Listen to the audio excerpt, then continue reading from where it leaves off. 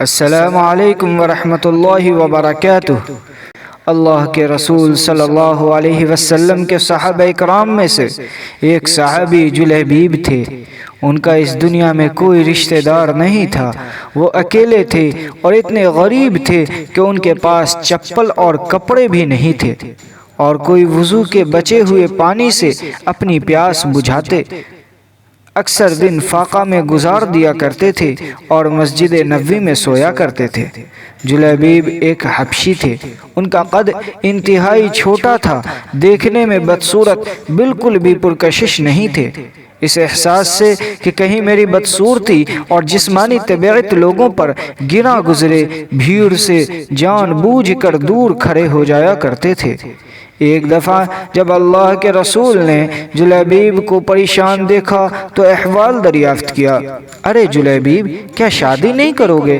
وہ صحابی رنجیدہ ہو گئے، حالانکہ آپ رضی اللہ تعالی عنہ کو اللہ کے رسول صلی اللہ علیہ وسلم کی خدمت میں بڑا سکون اور اطمینان میسر ہوا کرتا تھا۔ کہنے لگے، یا رسول اللہ، میں تو ایک ایسا انسان ہوں جو کسی کو بھی پسند نہیں آتا۔ جلیبیب کوئی ذہنی حالت کا اندازہ لگاتے ہوئے اللہ کے رسول صلی اللہ علیہ وسلم ان کے پاس گئے اور فرمایا، جلیبیب، اللہ تعالیٰ کے نزدیک کبھی تم برے نہیں ہو سکتے۔ پھر اللہ کے رسول صلی اللہ علیہ وسلم نے ان کے لیے ان کے مطابق رشتہ تلاشنے کی صحابہ اکرام کو ذمہ داری دی۔ بلا تاخیر ایک رشتہ مل گیا۔ ایک خوبصورت ہونہار انصاری صحابیہ جلیبیب کی شریک حیات بننے کے لیے رضامند ہو گئیں، مگر انصاری صحابیہ کے والدین اس رشتے سے بالکل خوش نہیں تھے۔ ان کی ناراضگی کی وجہ صرف جلیبیب کی صورت تھی۔